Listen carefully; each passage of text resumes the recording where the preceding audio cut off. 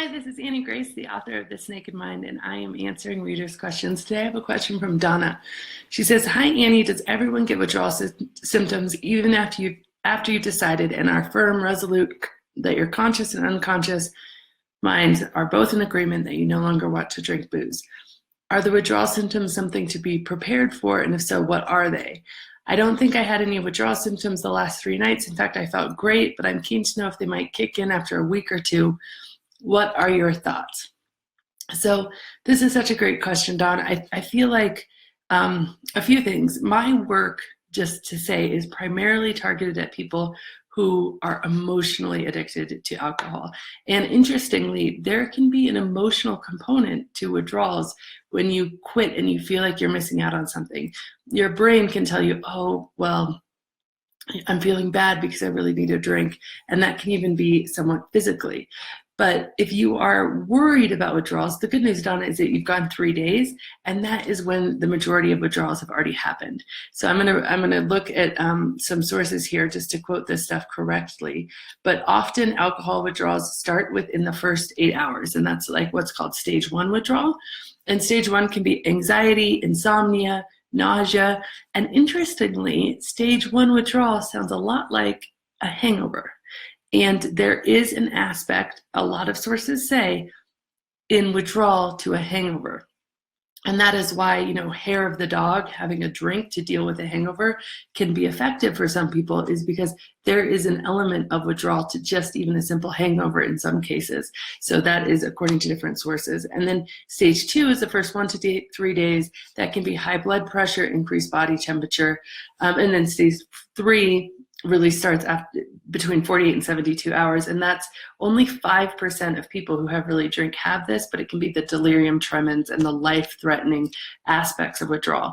Now, if you haven't had stage 1 or stage 2, you most likely don't need to worry too much about stage 3, but I have to say that if you are at all worried about withdrawals, the absolute best thing to do is to talk to your doctor and to stop under medical supervision. Your doctor will be massively understanding about this and supportive, and they'll be so excited about the decision you've made for your health and your wellness, and will absolutely give you good advice about this, because it isn't something that you want to mess with.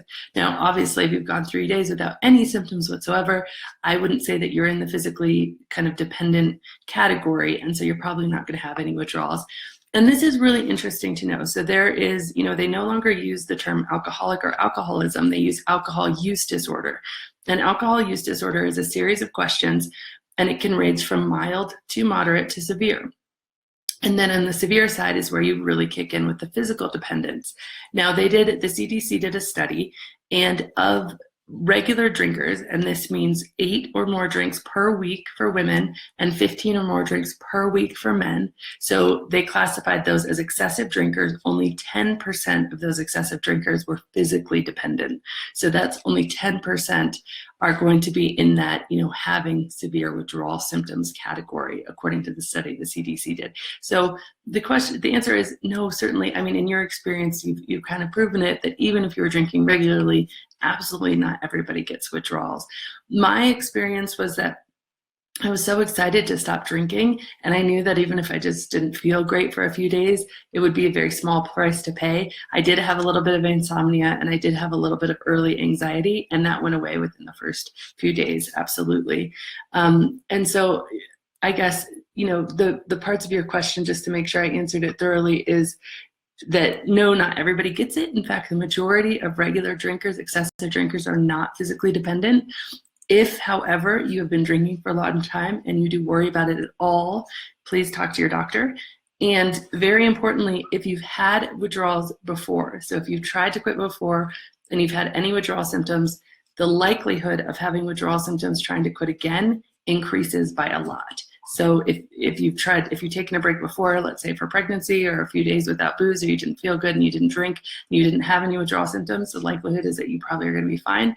But again, talk to your doctor. If you have tried to quit before and you've had withdrawal symptoms, the likelihood of having withdrawal symptoms in the future, the next time you quit is This much, has much been Annie higher. Grace with This Naked Mind podcast. And Thank you so I much think for listening. that was You can it learn for your more at question, thisnakedmind.com. but you feel great, and please you've already been remember at to it for rate, 2 to 3 review, nights. and I think you're in the subscribe, clear. as it really I thank you helps so us much for spread the the question. word. One other thing to say on this is there was a study that was done.